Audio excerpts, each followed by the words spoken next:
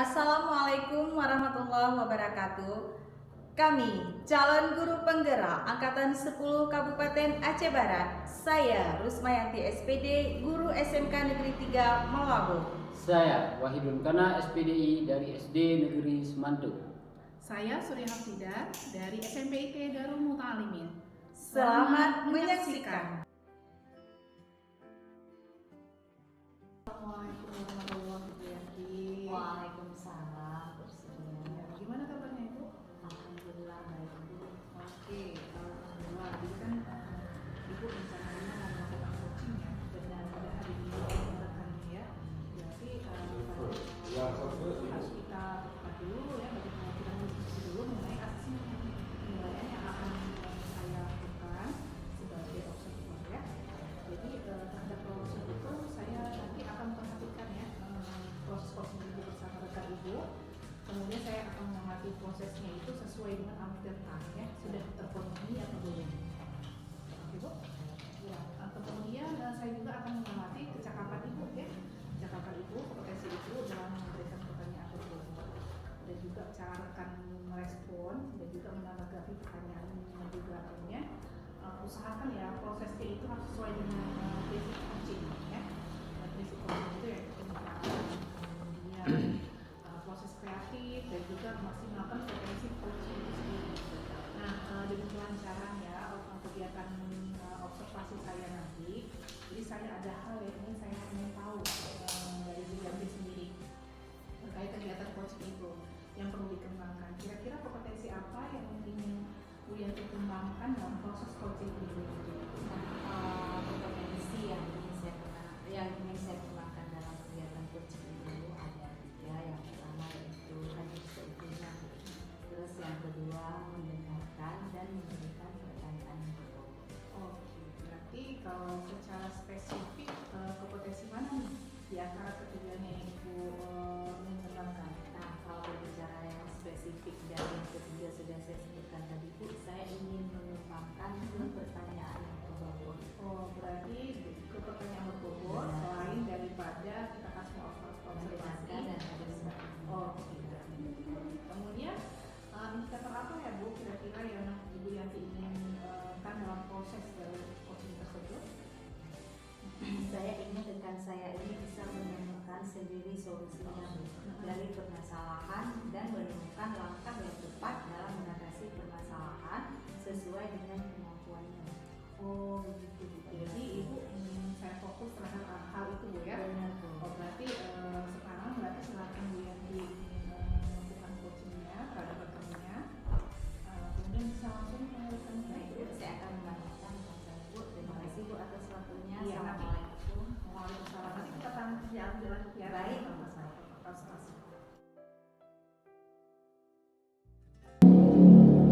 Assalamualaikum Pak Wahidun. Waalaikumsalam. Terus Akhir-akhir ini saya perhatikan Pak Wahidun kalau keluar kelas itu wajahnya agak kurang bersemangat dan sedikit lupa.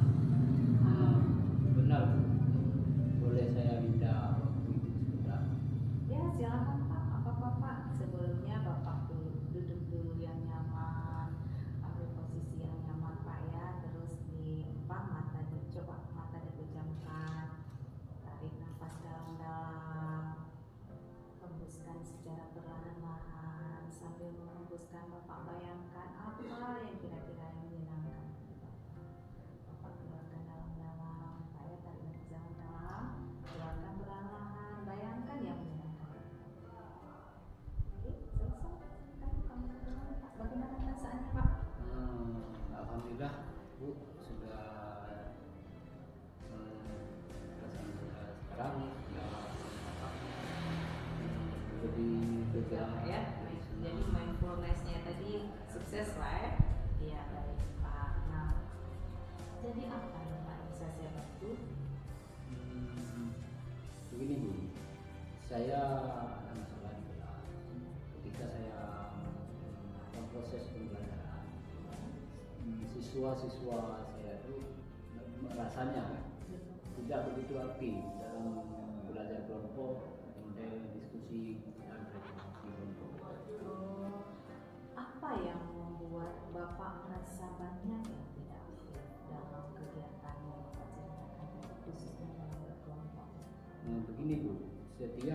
diskusi kelompok. Ada saja yang seolah-olah tidak serius bekerja, mereka sering mengandalkan temannya yang benar, kadang-kadang mengandalkan si ketua kelompoknya. Jadi secara kelompok itu kurang aktif. Jadi apa target atau tujuan yang Bapak harapkan bisa tercapai setelah kita ngobrol? Saya ingin mendapatkan solusi yang tepat agar masalah murid semua murid bisa berpartisipasi aktif proses pembelajaran menggunakan model diskusi dan presentasi kelompok. Setelah presentasi kelompok lain diminta untuk menyimak. Jangan ada yang bertanya atau berdebat. Menurut Bapak nih, hal apa saja yang membuat murid Bapak itu kurang aktif Pak dalam pembelajaran dengan metode diskusi yang Bapak Salah, mungkin ini Pak, karena mereka takut salah ucap ataupun tidak punya pertanyaan karena memang sudah paham, atau memang tugasnya terlalu mudah sehingga dapat dilakukan oleh beberapa orang untuk tidak cepat. Biasanya itu dalam kelompok itu berapa orang? Biasanya yang sudah saya lakukan itu dalam satu kelompok itu anggotanya sekitar 7 sampai 8 orang. 7 sampai 8 orang Pak ya. Menurut Bapak itu sudah cukup? Semula saya berpikir begitu Bu, akan mudah saya dalam merekap hasil kerja kelompok. Tetapi dampak negatifnya malah dalam kerja kelompok itu ada yang cuma menunggu hasil. Oh demikian Pak ya. Ada cuma menyalin hasil jika tidak ditunjukkan melakukan tugas penting yang ditemukan ketua kelompok. Nah dari cerita tadi Pak, kira-kira Pak ya, hal apa saja yang bisa membuat murid Bapak itu kembali antusias dan aktif dalam pembelajaran? Kira-kira apa yang antusias? Yang menurut saya masing-masing harus punya tugas yang lebih spesifik. Harus dikurangi jumlah anggota kelompok yang misalnya tadi 7 sampai 8 orang, bisa jadi ke depan nanti saya buat 4 atau 5 orang per kelompoknya. Jadi kurangi lagi Pak ya, jangan terlalu banyak Pak ya. Wah saya sependapat juga nih dengan Bapak. Terus nih Pak, mengenai tugas yang diberikan kepada kelompok, apa penyebab penyimak presentasi itu siswa tidak antusias Pak? Atau malah mereka malas untuk melakukan? Sepertinya karena tanggapannya terlalu umum. Yang menyampaikan pendapat juga seperti membacakan sebuah resume suatu ekspresi tidak seru, jadi membosankan. Jadi dari kasus yang tadi Bapak, hal apa yang ingin Bapak perbaiki ke depan supaya lebih efektif? Menurut saya Bu, yang perlu saya lakukan perbaikan ke depan yaitu dalam perorganisasian kelompok dan diferensiasi hasil. Di ke depan saya ingin coba melakukan pembelajaran berdiferensiasi. Sini ada bisa kita nanti siswa kita kelompokkan menurut minat dan profil belajarnya dulu, dan baru kita realisasi materinya dari konten, proses maupun asesmennya. Jadi Bapak sudah berdiferensiasi Pak ya, supaya mereka itu bisa tercover. Lalu alternatif perubahan yang sekiranya bisa Bapak lakukan sebagai langkah perbaikan dalam organisasi kelompok dan diferensiasi hasil diskusi tadi serta cara menanggapi presentasi yang disimak tersebut? Saya akan mencoba memperkecil lagi jumlah anggota kelompok. Pertama, yang kedua, alternatif hasil diskusi juga sepertinya perlu dimerdekakan dianekaragaman, misalnya bisa dengan gambar, puisi, poster, atau narasi deskripsi lainnya, dan apalah yang mereka suka. Kan kalau dari gambar ada yang ingin diketahui maksudnya, itu bisa memotivasi murid untuk bertanya. Kayaknya itu ide yang bagus Bagus Pak ya. Lalu penganeka-ragaman tanggapannya bagaimana agar itu? Pertama-tama siswa itu harus dimerdekakan dulu atau diferensiasikan dulu.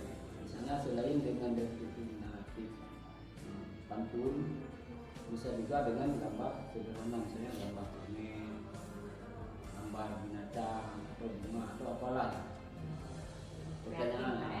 Pertanyaannya juga bisa disampaikan secara tertulis. Misal ditulis di stick note.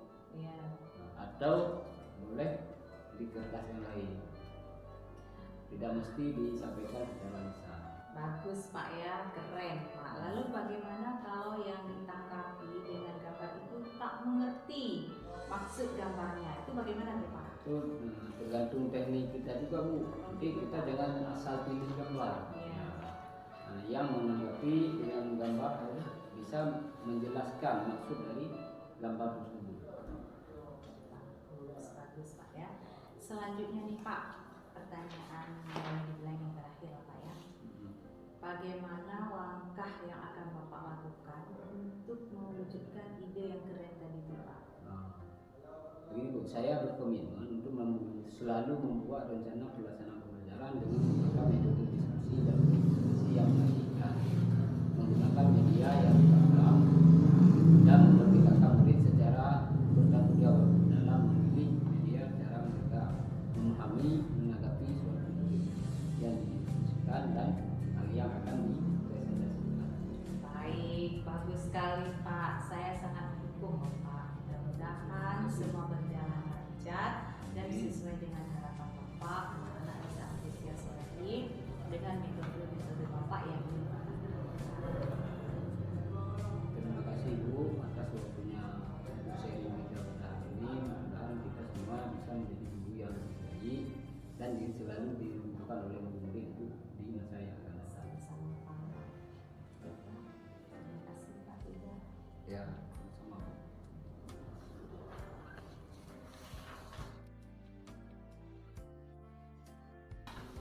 Alhamdulillah Bu Yanti, kegiatan observasi kegiatan coachingnya sudah dilakukan ya kan, makanya saya juga sudah observasi ya kegiatan. Iya. Alhamdulillah. Oke, saya sudah melihat observer kegiatan Bu Yanti dilakukannya tadi. Jadi ada beberapa hal yang perlu saya konfirmasi ya terkait hal tersebut.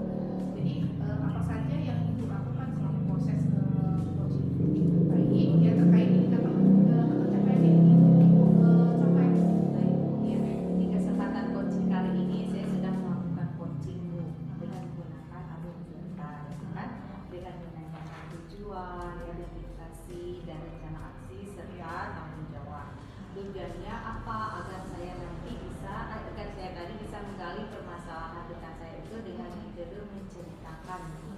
Nah, menggali potensi kunci untuk memaksimalkan kemampuannya dalam menemukan sendiri solusi yang tepat terhadap permasalahan yang dihadapi. Oh baik, oke. Menurut saya sendiri sebagai observer tadi selama proses yang terjadi Bu Yanti penerapannya itu sudah berjalan dengan baik Ibu. Oke. Kemudian saya melihat juga Bu Yanti itu mendengarkan dengan aktif ya dan seksama ketika rekannya itu bercerita.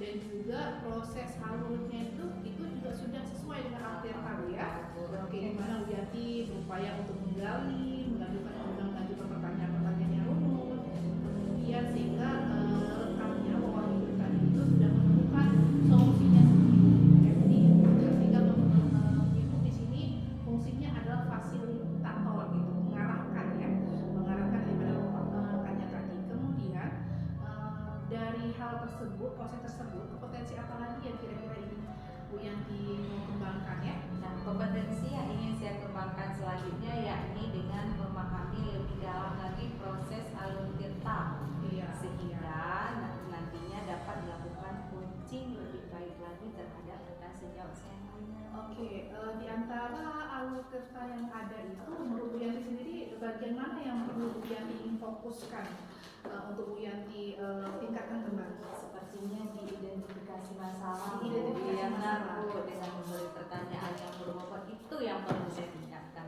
supaya apa? si Koci ini mengeluarkan potensi diri dia. Oh, baik. Terima kasih Bu, dan sangat bagus sekali ya komitmen daripada Ibu ya. Jadi semoga ke depan proses coachingnya itu dapat berjalan dengan baik. Kemudian Bu Yanti juga bisa meningkatkan potensi Bu Yanti dalam melakukan coaching, dan juga coaching juga ataupun guru-guru rekan-rekan lain itu bisa menjadikan Bu Yanti sebagai coach yang bisa mereka andalkan untuk mengarahkan mereka menyelesaikan masalah-masalah mereka ini. Ya, Ibu, terima kasih Bu atas kesediaannya sudah mengobservasi coaching kami tadi Bu. Ya, semoga kedepannya kami bisa melakukan. Amin. Nanti lembar penilaiannya sudah saya contohkan semuanya, kemudian saya berikan ke Bu Yanti nanti coba ditelusuri untuk diidentifikasi kira-kira potensi apa lagi yang perlu kita. Terima kasih. Terima kasih ya Bu ya, sudah melibatkan saya juga dalam hal ini. Saya punya pengalaman ya Benar, Bu. menjadi proses coaching. Jadi ada hal yang kadang-kadang memang saya juga dapat ya dari proses coaching yang sudah Bu Yanti dan Pak Wahidul lakukan. Oke, sekian Bu ya. Hari ini assalamualaikum warahmatullahi wabarakatuh. Waalaikumsalam.